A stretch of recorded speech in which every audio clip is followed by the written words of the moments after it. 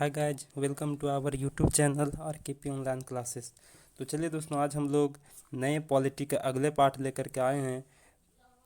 और दोस्तों, अगर इसका आप पिछले वीडियो नहीं देखे हैं तो आप इसका डिस्क्रिप्शन बॉक्स से जा कर के आपको लिंक दे रखे हैं, वहाँ से आप इसके पिछले पार्ट को अवश्य देख लें।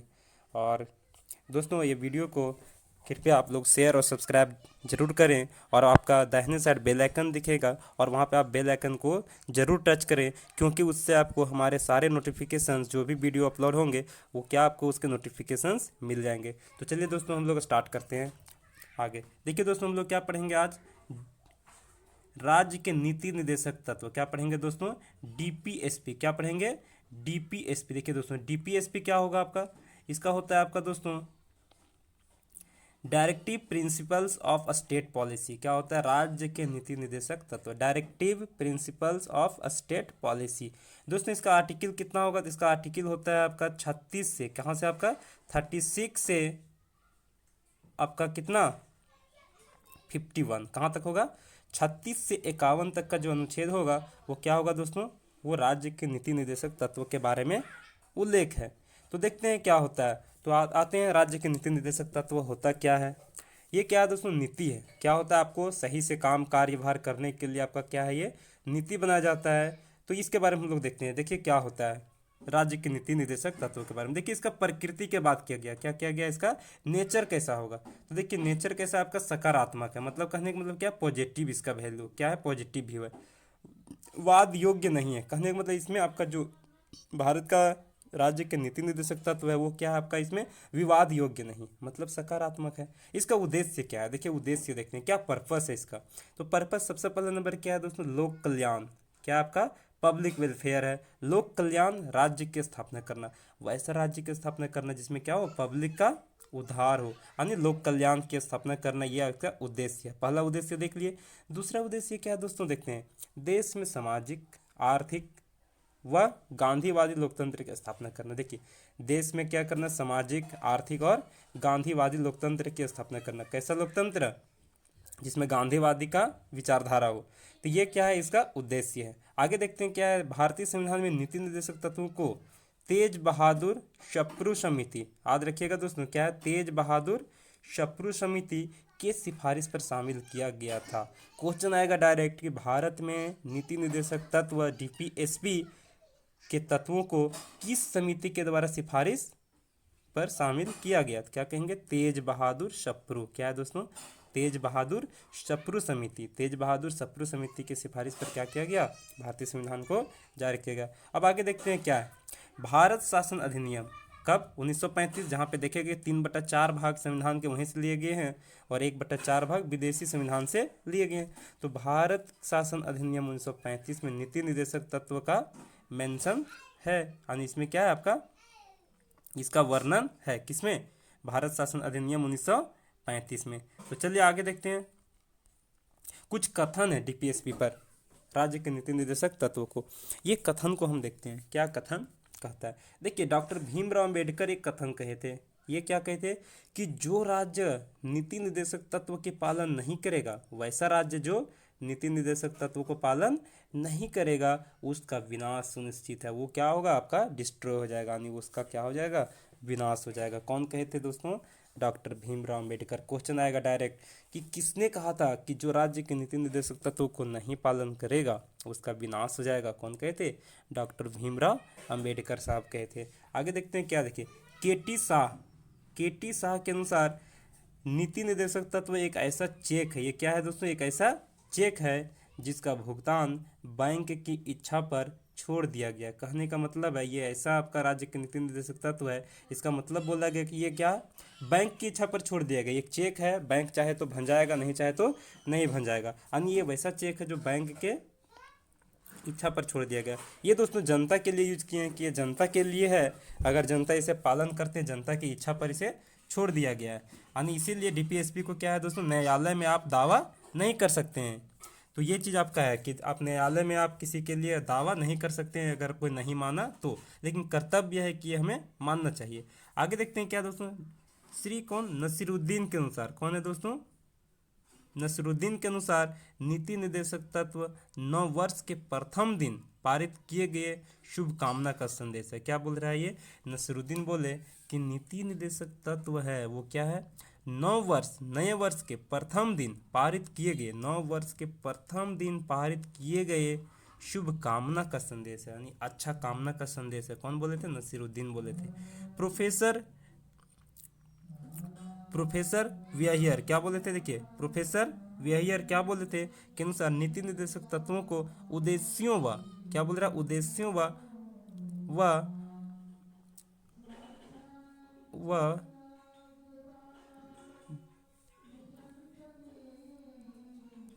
देखिए दोस्तों, प्रोफेसर व्हीयर के अनुसार क्या बोला था? नीति निर्देशक तत्वों को उद्देश्यों व आकांक्षाओं का घोषणा पत्र कहा है। कौन कहा है? आपका व्हीयर साहब ने बोले हैं कि जो नीति निर्देशक तत्व है वो क्या है? उद्देश्यों व आकांक्षाओं का घोषणा पत्र है। अब फिर से अम्बेडकर साहब क्या बोल रहे हैं? देखिए डॉक्टर भीमराव अम्बेडकर के अनुसार से क्या है?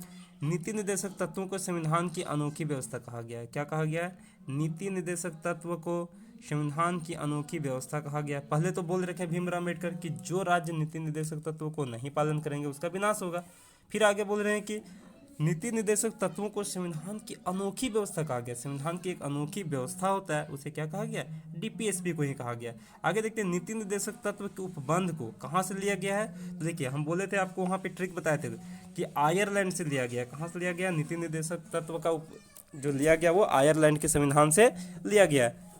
ट्रिक बताए थे कि आयरलैंड से क्यों लिया गया? कि बोला गया था कि आए हैं तो नीति बनाएंगे, तो इसलिए आयरलैंड से लिया गया क्या? आपका नीति निर्देशक तत्व। तो आप ऐसे भी याद कर सकते हैं सेट करके।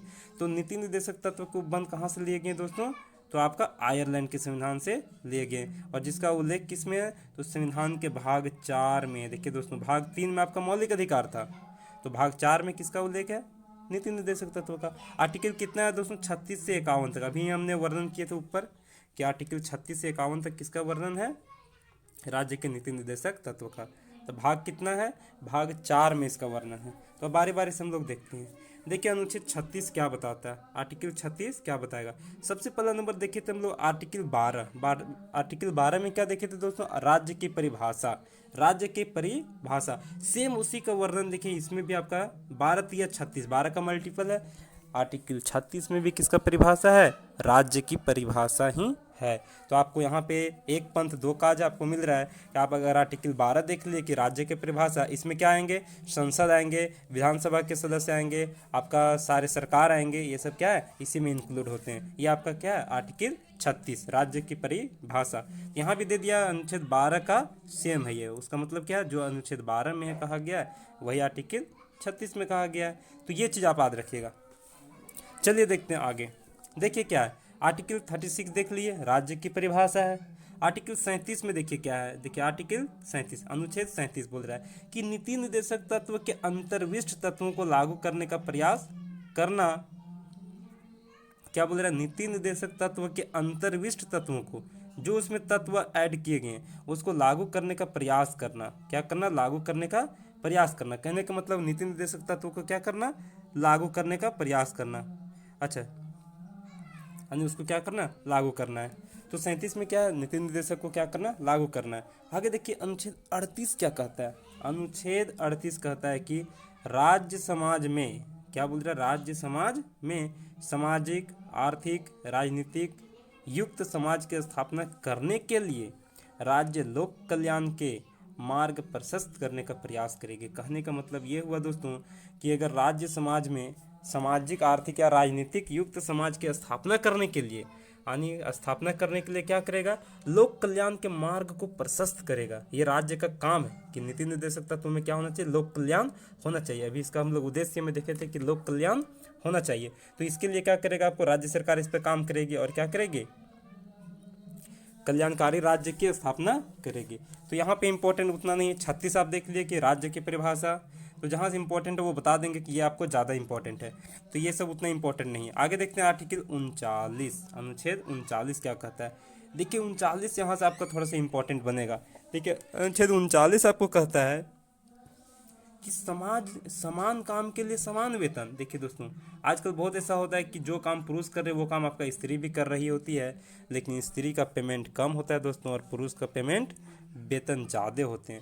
तो इसके बारे में ये खंडन किया है, बोला है कि अनुच्छेद 39 आपको बताता है, ये क्या बताता है कि एक समान काम के लिए समान वेतन, स्त्री और पुरुष के लिए, अगर कोई स्त्री समान काम कर रही है पुरुष के तो उसको पुरुष इतना वेतन होना चाहिए। ये क्या आपका किस में है, अनुच्छेद 39 में इसका वर्णन है। क्या है, समान काम के लिए समान वेतन, किस में है आपका 39 में। अगर 39 के क देखा जाए, 39 के क, तो देखिए क्या बोल रहा है, समान न्याय व निःशुल्क विधिक सहायता, यानी सबका जो न्याय भी होगा वो क्या होगा, समान न्याय होगा। क्या होगा, समान न्याय, समान जस्टिस होना चाहिए।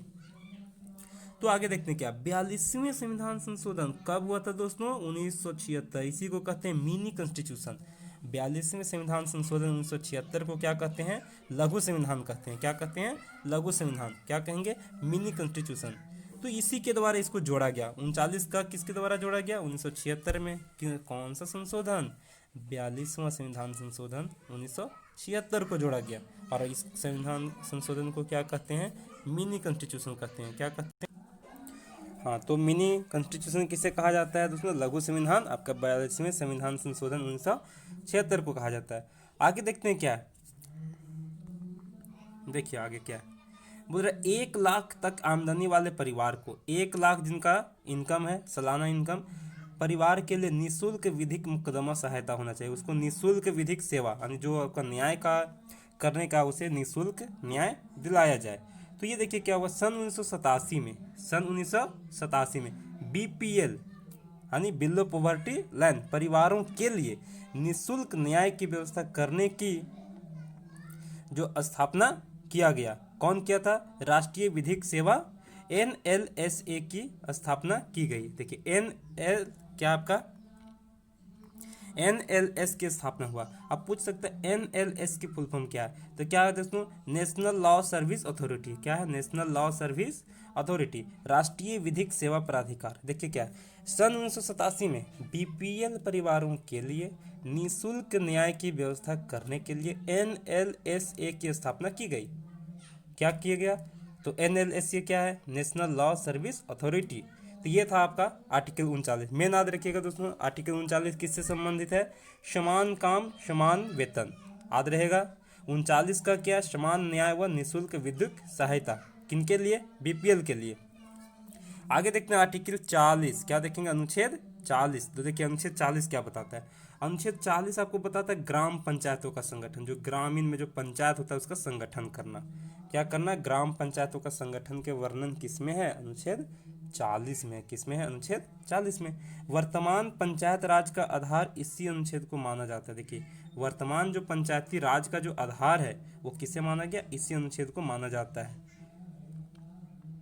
तो ये आप याद रखिएगा। आगे देखते हैं क्या, अनुच्छेद 41। देखिए दोस्तों क्या, अनुच्छेद 41, आर्टिकल 41 बोल रहा है कि कुछ दशाओं में काम, क्या बोल रहा है, कुछ दशाओं में काम। फिर क्या, शिक्षा व लोक सहायता, शिक्षा व लोक सहायता का अधिकार, जैसे आपका हो गया क्या, तो ये सारा आपका हो गया। जैसे कुछ दशम किसी को काम, शिक्षा, ये सब से लोक सहायता जो कर रहा है, पब्लिक सहायता कर रहा है, इसमें क्या है, इसके बारे में वर्णन किसमें दोस्तों, आर्टिकल 41 में। 40 आपने देख लिए ग्राम पंचायतों का निर्माण, 39 देख लिए समान वेतन समान काम समान वेतन, 41 क्या होता है, कुछ दशाओं में काम, शिक्षा व लोक कल्याण का अधिकार होना।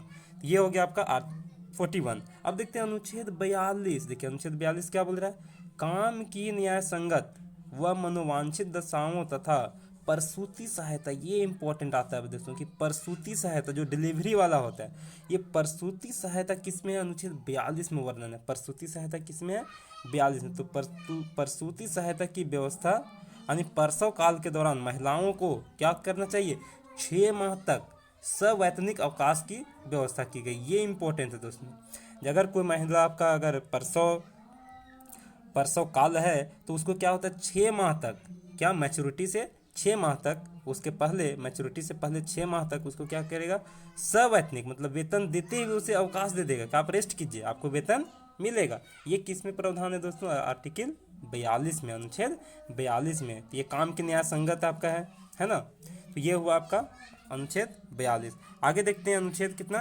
43। क्या है अनुच्छेद 43। देखिए अनुच्छेद 43 क्या बोल रहा है कि कर्मकारों के लिए निर्वाह मजदूरी, कहने का मतलब जो काम कर रहे हैं उनको क्या करें, मजदूरी। मजदूरी के बारे में क्या है आर्टिकल 43 में।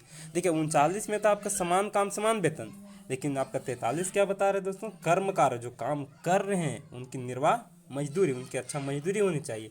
अब देखिए 43 का अनुच्छेद 43 के क में क्या बोल रहा है, 43 के क बोल रहा है उद्योगों के प्रबंधन में, उद्योगों के जो प्रबंधन होगा, जो इंडस्ट्री के मैनेजमेंट होगा, उसमें क्या हो रहा है, कर्मकारों की भागीदारी हो, जो काम कर रहे हैं उनका क्या हो, उसमें भागीदारी हो। और इसे कब जोड़ा गया दोस्तों, तो इसको भी जोड़ा गया 42वें संविधान संशोधन 1976 के द्वारा जोड़ा गया। क्या जोड़ा गया, 43 के क कि जो उद्योगों में जो प्रबंधन, उद्योगों के प्रबंधन में क्या हो, कर्मकारों की भागीदारी हो।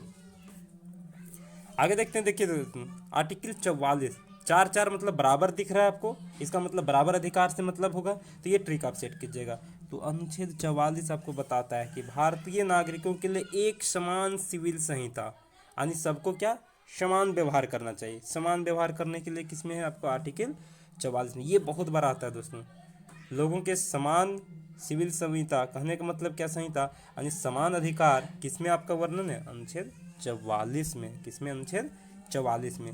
आगे बढ़ते हैं अनुच्छेद 45। देखिए ये इंपॉर्टेंट है, 6 वर्ष तक बालकों के लिए प्राथमिक निःशुल्क शिक्षा की व्यवस्था। ये देखिए इंपॉर्टेंट है आपका आर्टिकल 45 क्या बोल रहा है, 6 वर्ष तक बालकों के लिए, यानी 6 वर्ष से नीचे तक बालकों को जो प्राथमिक शिक्षा हो वो क्या हो, निःशुल्क हो। क्या हो, निःशुल्क, फ्री हो।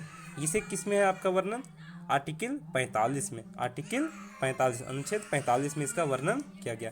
आगे देखते हैं अनुच्छेद 46 क्या बताता है। देखिए अनुच्छेद 46 आपका जाति से है, अनुसूचित जाति यानी एससी, अनुसूचित जनजाति एसटी, शेड्यूल ट्राइब व दुर्लभ वर्गों, जो आपका वर्ग जो नीचे वर्ग हैं, दुर्लभ वर्गों के लिए शिक्षा व क्या अर्थ संबंधी हितों की क्या करना चाहिए, अभिवृद्धि करना चाहिए।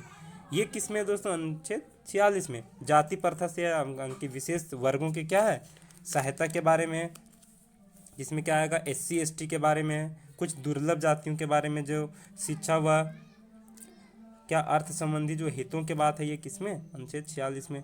आपने देख लिए 44, देखिए क्या है आर्टिकल 44 आपको देखे, नागरिकों के लिए एक समान यानी समान व्यवहार, समान अधिकार, ये किसमें आपका अनुच्छेद 44 में। 45 क्या देखे, 6 वर्ष के बालकों को फ्री निःशुल्क शिक्षा। 46 क्या देखे दोस्तों, अनुसूचित जाति और जनजातियों के शिक्षा के बारे में। अब आते हैं 47, अनुच्छेद किस में आते हैं दोस्तों, 47। देखिए अनुच्छेद 47 बताता है पोषाहार स्तर, जीवन स्तर व स्वास्थ्य स्तर को सुधारने का प्रयास करना चाहिए। बहुत इंपॉर्टेंट है दोस्तों इसमें। पोषाहार स्तर मतलब कि जो आप कुपोषण जो हो जाते हैं बच्चे, उनको क्या ध्यान देना चाहिए। जीवन स्तर, लाइफ साइकिल, जो आपको जीवन स्तर, जीवन का स्टैंडर्ड बढ़ाना है, ये सब किसमें, अनुच्छेद 47 में वर्णन है। स्वास्थ्य स्तर आपका क्या, हेल्थ लेवल क्या है, ये सब के बारे में जो सुधार करने की जो है व्यवधान, ये किसमें है आपका, अनुच्छेद 47 में।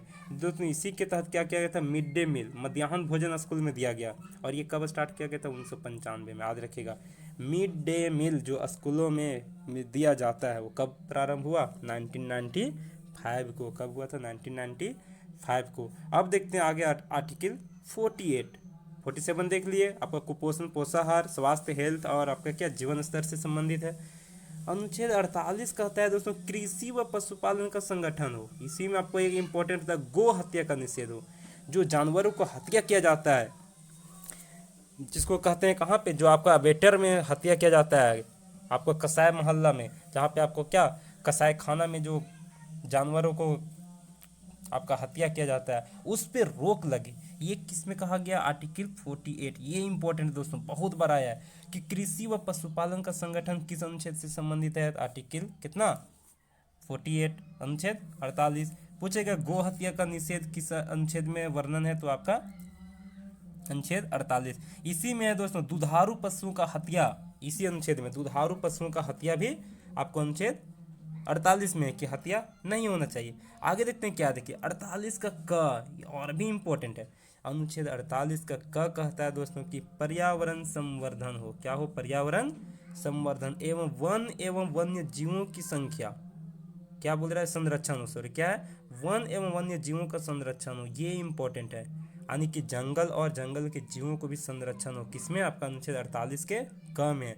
48 में हमने देखे गौ हत्या पर निषेध था, लेकिन 48 के क में क्या है आपका? पर्यावरण का भी संवर्धन हो, वन का भी रक्षा हो और वन्य जीव का भी रक्षा हो। ये किसमें है? आपका अनुच्छेद 48 के क में। अच्छा, इसको कब जोड़ा गया? पूछ सकता है कि 48 का कब जोड़ा गया? तो 42वें संविधान संशोधन 1976 के द्वारा इसे भी जोड़ा गया। किसको जोड़ा गया? पर्यावरण और वन एवं वन्य जीवों का संरक्षण। चलिए तो आगे देखते हैं क्या। देखिए, सन 1972 में वन्य जीव संरक्षण अधिनियम पारित हुआ। देखिए, वन्य जीव संरक्षण अधिनियम कब पारित किया गया? 1972 में पारित किया गया। और 1980 में क्या किया गया? वन संरक्षण अधिनियम पारित कर दिया गया। देखिए, अधिनियम पारित हुआ था उस समय, कब? 1972 में। लेकिन ये वन्य जीव संरक्षण यानी जंगल के जीवों का संरक्षण, लेकिन 1980 में एक और अधिनियम पारित हुआ। ये क्या है? वन संरक्षण। उसमें वन्य जीव था, इसमें वन को भी क्या किया गया? संरक्षण दिया गया। तो ये हमने देख लिए। क्या देखें? 1972 में आपका वन्य जीव संरक्षण अधिनियम पारित किया गया और 1908 साल के बाद 1980 में क्या? वन संरक्षण अधिनियम भी पारित कर दिया गया। अब देखते हैं तो हमने आर्टिकल 48 देखे, अनुच्छेद 48 हमने देखे, कृषि व पशुपालन से संबंधित था, गौहत्या से संबंधित था और वन एवं वन्य जीव के संरक्षण से संबंधित था। आगे देखते हैं अनुच्छेद 49। क्या देखते हैं दोस्तों? अनुच्छेद 49 ये क्या? बहुत इंपॉर्टेंट है अनुच्छेद 49, ये बार बार एग्जाम में आते हैं। देखिए, अनुच्छेद 49 क्या है दोस्तों? जो मॉन्यूमेंट्स हैं, जो आपको बने स्मारक बने हैं, उसका क्या करना? रक्षा करना। तो ये क्या है दोस्तों? ऐतिहासिक महत्व के स्मारक हो, जो मॉन्यूमेंट्स बने हैं, स्थान है, जो टूरिस्ट प्लेस है, वह कुछ वस्तुएं हैं जो पहले बन चुके हैं, उसका क्या करना? उसका आपको रक्षा करना। ये किसमें है दोस्तों? अनुच्छेद 49 में इसका वर्णन है। किसमें है? आपका अनुच्छेद 49 में वर्णन है। आगे देखते हैं अनुच्छेद 50 क्या बताता है। देखिए, अनुच्छेद 50 आपको बताता है कि कार्यपालिका से न्यायपालिका का पृथक्करण। जो कार्यपालिका एग्जीक्यूटिव है, उसे जुडिशियरी से क्या करना? अलग करना। उसे क्या करना? अलग करना। ये किसमें है दोस्तों? आर्टिकल 50 में वर्णन है। अनुच्छेद 50 में क्या बताता है आपको? कार्यपालिका से न्यायपालिका को क्या करना? अलग करना। आगे देखते हैं क्या बोल रहा है। शक्ति पृथक्करण का आधार इसी अनुच्छेद में। देखिए, शक्ति पृथक्करण जो है वो इसी आधार के इसी अनुच्छेद में माना जाता है। क्या? अनुच्छेद 50 को, जो शक्ति का बंटवारा होता है, कार्यपालिका अलग शक्ति, न्यायपालिका अलग शक्ति, ये दोनों को जो बंटवारा है वो किसमें आता है? आपका इसी में आता है। आगे देखते हैं आर्टिकल, देखते हैं आर्टिकल 51। देखिए, 50 तो हमने देख लिए, कार्यपालिका से न्यायपालिका को अलग करना। आर्टिकल 51 बोलता है दोस्तों, अंतर्राष्ट्रीय शांति संबंध व सुरक्षा के हितों की क्या करना? अभिवृद्धि करना। यानी अंतर्राष्ट्रीय पीस यानी अंतर्राष्ट्रीय शांति संबंध किसके बारे में वर्णन है? आपका अनुच्छेद 51 में। डायरेक्ट पूछेगा अनुच्छेद 51 किससे संबंधित है? तो आपको अंतर्राष्ट्रीय शांति संबंध से संबंधित है। क्या चीज? आपका अनुच्छेद 51। चलिए आगे देखते हैं मूल कर्तव्य। क्या देखते हैं दोस्तों? मूल कर्तव्य। देखिए, मूल कर्तव्य करने का मतलब आपका फंडामेंटल ड्यूटी, आपका क्या कर्तव्य बनता है, आपका क्या कर्तव्य बनता है। तो इसका वर्णन किसमें दोस्तों? सबसे पहला नंबर इसका वर्णन आपका पार्ट 4, कहने का मतलब आपका भाग 4 में है। किसमें? आपका भाग 4 में वर्णन है। और आर्टिकल कितना है दोस्तों? इसका अनुच्छेद 51 का क। आर्टिकल कितना का? 51 का क बोलिए या 51 का ए बोलिए। इसमें इसका वर्णन है। किसका? मौलिक कर्तव्य का। तो याद रखिएगा, पूछता है डायरेक्ट कि मौलिक कर्तव्य का उल्लेख किस भाग में है? तो क्या कहेंगे? भाग 4 के क में। भाग 4 के क में। किसमें है? भाग 4 के क में उल्लेख है। फिर पूछेगा किस अनुच्छेद में मौलिक कर्तव्य का उल्लेख है? तो किसमें है दोस्तों? 51 के क में। आर्टिकल 51 के क में उल्लेख किसका है? आपका मूल कर्तव्य का। पूछेगा दोस्तों कि मूल कर्तव्य अभी कितने हैं? तो मूल कर्तव्य कितने हैं? 11 हैं। पहले कितने थे? 10 थे। कब जोड़े गए? 86वें संविधान संशोधन 2002 को आपको मूल कर्तव्य में एक जोड़ा गया। वो 11वां मूल कर्तव्य था। उसका क्या किया गया? जोड़ा गया। क्या? शिक्षा के अवसर प्रदान करने के लिए दिया गया। कितने कितने से बच्चों को? 6 से 14 वर्ष के आयु के वर्गों को क्या किया जाए? निःशुल्क शिक्षा दिया जाए। तो इसके बारे में वर्णन था। तो चलिए देखते हैं, बारी बारी से हम लोग पढ़ने की कोशिश करेंगे। मौलिक कर्तव्य पहले हमने देख लिए कि मौलिक कर्तव्य का उल्लेख किसमें? भाग 4 के क में है। भाग 4 के क में है किसका? मौलिक कर्तव्य का वर्णन। किस अनुच्छेद में है? 51 के क में है। तो चलिए देखते हैं इसका प्रकृति क्या है। इसका भी प्रकृति क्या है दोस्तों? इसका भी सकारात्मक, पॉजिटिव व्यू है। इसमें भी वाद योग्य नहीं, यानी इसमें भी विवाद की बात नहीं है। अच्छा, उद्देश्य देखने का, आखिर हम लोग का मूल कर्तव्य का उद्देश्य क्या है। देखिए, मौलिक कर्तव्य का जो पर्पस है दोस्तों, ये क्या है, देश में राजनीतिक लोकतंत्र, देश में क्या करना, राजनीतिक लोकतंत्र की स्थापना करना। कैसा लोकतंत्र, राजनीतिक लोकतंत्र। और क्या उद्देश्य है, भारत देश में मौलिक कर्तव्यों को प्रभावी बनाने हेतु, याद रखिएगा, भारत देश में जो मौलिक कर्तव्य को प्रभावी बनाने के लिए क्या, कौन सा समिति पे सिफारिश किया गया था, तो CR ईरानी। कौन सा समिति दोस्तों, CR ईरानी समिति का गठन किया गया। CR ईरानी समिति का गठन किसके लिए, तो मौलिक कर्तव्य के लिए। किसके लिए, मौलिक कर्तव्य के लिए। कौन सा कंपनी, ये कौन सा समिति, CR ईरानी समिति का गठन किया गया। आगे देखते हैं, मौलिक कर्तव्यों को भारतीय संविधान में सोवियत संघ रूस से लिया गया। ये बहुत इंपॉर्टेंट है दोस्तों, पूछेगा कि मौलिक कर्तव्य किस देश के संविधान से लिया गया है, तो रूस से लिया गया। किस देश से लिया गया दोस्तों, रूस से लिया गया। सोवियत संघ रूस से लिया गया, जिसमें उसमें क्या था, USSR था। जिसमें लिया गया था उसमें क्या था दोस्तों, USSR था, यूनाइटेड स्टेट ऑफ सोवियत रूस। तो ये लिया गया आपको मूल कर्तव्य। आगे देखते हैं, देखिए, भारतीय मूल संविधान में मौलिक कर्तव्यों का उल्लेख नहीं है। ये इंपॉर्टेंट है, जो भारतीय का मूल संविधान है उसमें मौलिक कर्तव्यों का उल्लेख नहीं है, नहीं था। इसे बाद में कब जोड़ा गया, 42वें संविधान संशोधन 1976 को। इसीलिए बोले दोस्तों, बहुत चीज़ चेंज किया गया 42वें संविधान संशोधन 1976 में। संविधान में बहुत कुछ चेंज किया गया, इसीलिए इसको क्या कहा गया था, 42वें संविधान संशोधन को मिनी कॉन्स्टिट्यूशन, लघु संविधान कहा जाता है, इसीलिए कहा जाता है। तो देखिए, इसको कहा कि मूल कर्तव्य को कब जोड़ा गया, 1976 में। और ये किस समिति के द्वारा जोड़ा गया, तो जोड़ा गया सरदार स्वर्ण सिंह समिति की सिफारिश पर। ये कब पेश किया गया था, 1973 में। तो याद रखिएगा दोस्तों, सरदार स्वर्ण सिंह समिति की सिफारिश पर कौन सा जोड़ा गया, मूल कर्तव्य को जोड़ा गया। और संविधान के यह भाग किस में है दोस्तों, आपका भाग 4 का क में, जो अभी हमने चर्चा की है, अनुच्छेद 51 के क में इसका उल्लेख है। तो सबसे पहले पूछेगा दोस्तों कि जिसमें मौलिक कर्तव्य जोड़ा गया था उसमें कितने मौलिक कर्तव्य थे टोटल, तो 10 थे। कितने थे, 10।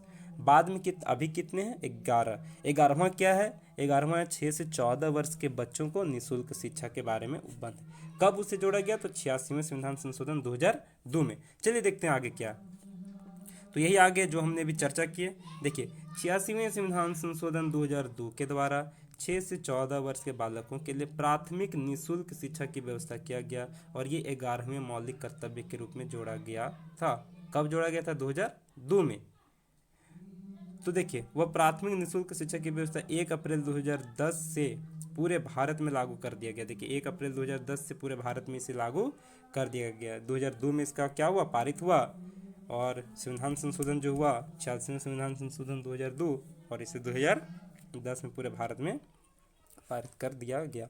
तो अभी कितने हो जाएंगे मूल कर्तव्य, आपका 11 हो जाएंगे। पहले कितने थे, 10 थे, अब कितने हो गए, 11। तो देखिए दोस्तों, इस 11वें मूल कर्तव्य को हमने देखने की कोशिश करते हैं, बारी बारी से हमने देखते हैं। तो देखिए, ये क्या है आपका 12वां, बारी बारी से देखते हैं। देखिए, ये 11वां क्या है, 11 पहला क्या है, देखिए, संविधान का पालन करें। पहला मौलिक कर्तव्य क्या है, हमारे संविधान के पालन करें, और उसके आदर्शों, उसके जो आदर्श वाक्य है, संस्थाओं, जो संस्थान है, राष्ट्र ध्वज जो आपका तिरंगा झंडा है, और राष्ट्रगान जो वंदे मातरम का आदर करें। उसको क्या करें, उसे आदर करें, यानी उसे आप सम्मान करें। ये है आपका पहला मूल कर्तव्य कि सभी को अपने संविधान का पालन करना चाहिए, इसके आदर्शों का पालन करना चाहिए, इसके संस्थाओं, इसका राष्ट्र ध्वज और राष्ट्रगान। देखिए आगे, मौलिक कर्तव्यों में राष्ट्रपति का उद्देश्य नहीं किया गया। ये नोट में क्या दोस्तों, मौलिक कर्तव्यों में राष्ट्रपति का उल्लेख इसमें नहीं किया गया है। किसमें, मौलिक कर्तव्य में। दूसरा देखते हैं क्या, स्वतंत्रता के लिए क्या है दोस्तों, स्वतंत्रता के लिए राष्ट्रीय आंदोलन को, जो राष्ट्रीय आंदोलन पहले किए गए थे, को प्रेरित करने वाले उच्च आदर्शों को हृदय में संजोए। जो हमारे स्वतंत्रता सेनानी थे, जो शहीद हो गए, जो देश को आज़ाद कराने में काफ़ी योगदान दिए, उन्हें क्या करें, आप हृदय में संजोए रखें और उसका पालन करें। ये किसमें दोस्तों, कर्तव्य 2 है, मौलिक कर्तव्य का 2 है। पहला देख लिए, संविधान का पालन करना है, राष्ट्र ध्वज और राष्ट्रगान, ये सबको क्या करना है, आपको आदर करना है। आगे क्या है, ऐसा नहीं कि आप तिरंगा झंडा को नीचे पहन रहे। देखिए दोस्तों, तिरंगा झंडा को आपको अपमान करने, कब अपमान होगा, जब इसे आप पैर में पहनेंगे, या पैर से आपका नीचे इसे क्या पैर से दबाएंगे, कुचलेंगे। आप इसे शरीर के ऊपर भाग में पहन सकते हैं, कोई दिक्कत, ये इससे आपका अपमान नहीं होता है। तो ये सारे चीज़ पे आप ध्यान रखेंगे। तो चलिए आगे देखते हैं मौलिक कर्तव्य 3 क्या है। देखिए मौलिक कर्तव्य का तीसरा जो पार्ट है बता रहा है कि भारत की प्रभुता। भारत की प्रभुता मतलब जो भाईचारा होता है, फ्रेटर्निटी होता है, ये होता है आपका प्रभुता। फिर बोल रहा है एकता। एकता मतलब होता है यूनिटी, मतलब कि जो हम लोग एकता है। फिर अखंडता की रक्षा करें। क्या बोल रहा है कि भारत की प्रभुता, एकता और अखंडता की क्या करें, रक्षा करें, और इसे क्या करें, आपको रक्षा करने से के बाद कहा गया है। आगे देखते हैं चौथा कर्तव्य क्या है, देश की रक्षा करें और आह्वान किए जाने पर राष्ट्र की सेवा करें। बोल रहा है दोस्तों देश की रक्षा करें और राष्ट्र की क्या करें, सेवा करें। अगर आपको ऐसा मिले मौका तो आप देश को या फिर राष्ट्र को रक्षा करें। तो ये किसमें आपका कर्तव्य 4 है, मूल कर्तव्य का 4 चौथा पॉइंट है। आगे देखते हैं पांचवा मूल कर्तव्य क्या है, भारत के सभी लोगों में क्या है, समरसता। भारत के सभी लोगों में समरसता और समान भ्रातृत्व, भाईचारा की भावना का निर्माण करें तथा ऐसी प्रथाओं का त्याग करें जो स्त्रियों के सम्मान के विरुद्ध हो। मतलब वैसा काम ना करें जिससे स्त्रियों को क्या हो, सम्मान ना मिले। तो ये चीज़ था आपको क्या, मूल कर्तव्य के 5वां भाग। तो मूल कर्तव्य का 5वां पॉइंट में बोला भारत के सभी लोगों को क्या करना चाहिए, समरसता और समान भ्रातृत्व की भावना का निर्माण करना चाहिए। आगे देखते हैं छठा में क्या है, छठा मौलिक कर्तव्य। देखिए हमारी सामाजिक, जो हमारे सामाजिक है, संस्कृति है, गौरवशाली है, परंपरा है जो पहले से चलते आ रहा है, का महत्व समझे। पहले से जो परंपरा था उसे महत्व समझे और उसका क्या करें, परिलक्षण करें। क्या करें, आप उसे परिरक्षण करें, उसे आप रक्षा करें। आगे देखते हैं क्या मूल कर्तव्य का 7वां पॉइंट, प्राकृतिक पर्यावरण की रक्षा करें। देखिए दोस्तों अभी पढ़े थे आर्टिकल 48 का 1 में, अनुच्छेद 48 का क में देखे कि वन और पर्यावरण की रक्षा करें। तो यहाँ भी आ गया आपका प्राकृतिक पर्यावरण की रक्षा करें, उसका संवर्धन करें और प्राणी मात्र के प्रति दया भाव, जितना भी आपको प्राणी है दोस्तों इसे क्या करें, दया भाव दिखाएं। क्या दिखाएं, दया भाव दिखाएं। आगे क्या है 8 नंबर में, वैज्ञानिक दृष्टिकोण। क्या बोल रहा है, वैज्ञानिक दृष्टिकोण, मानववाद। फिर आपका क्या है, ज्ञानार्जन तथा सुधार की भावना का विकास करें। कहने का मतलब जितना भी आपको सुधार करना, वैज्ञानिक दृष्टिकोण, मानववाद में, फिर तो ये सब क्या करें, आप सुधार करें। मूल कर्तव्य का 9वां पॉइंट क्या बोल रहा है, सार्वजनिक संपत्ति को। देखिए दोस्तों सार्वजनिक संपत्ति मतलब जो सरकार की, जो सभी में उसका हक सभी का, जैसे रोड हो गया आपका, सरकारी रेल हो गया, ये सब क्या है, इसमें सभी का भाग होते हैं। तो इसे क्या करें, सुरक्षित करें। क्या करें, सुरक्षित रखें। ऐसा नहीं कि सरकारी रोड है उसे आप तोड़ के फेंक दे रहे हैं या फिर उसे आप नुकसान कर रहे हैं, ये नहीं, आपको रक्षा करना है। या इसे क्या करना है, हिंसा से दूर रहें। अगर कोई कर रहा है तो उसे क्या करें, आप रक्षा करने के लिए प्रोत्साहित करें। ये था आपका मूल कर्तव्य का 9वां पार्ट। 10वां देखते हैं क्या बोल रहा है, व्यक्तित्व और सामूहिक गतिविधियों में उत्कर्ष की ओर बढ़ने का प्रयास करें। क्या बोल रहा है कि व्यक्तित्व और सामूहिक गतिविधियों में, व्यक्तित्व और जो सामूहिक गतिविधियों में क्या करें, उत्कर्ष की ओर बढ़ने का प्रयास करें, यानी उसे क्या अच्छे मार्ग की ओर बढ़ने का कोशिश करें। ये किसमें आपका वर्णन है, तो ये आपका वर्णन है 10वां मौलिक कर्तव्य में। 11वां तभी वो हमने चर्चा की थी दोस्तों कि जो 86वें संविधान संशोधन 2002 में जोड़ा गया है। क्या है इसमें, आपको इसमें बोला गया है कि 6 से 14 वर्ष के बच्चों को निःशुल्क प्राथमिक शिक्षा प्रदान किया जाएगा। ये चीज़ आपका इसमें वर्णन है। तो चलिए दोस्तों अब हम लोग नेक्स्ट आगे इसका अगले वीडियो में देखेंगे। तो कृपया दोस्तों इसे आपको अच्छा लगा हो तो इसको चैनल को सब्सक्राइब करें और आप बेल आइकन पे ज़रूर दबाएं। धन्यवाद।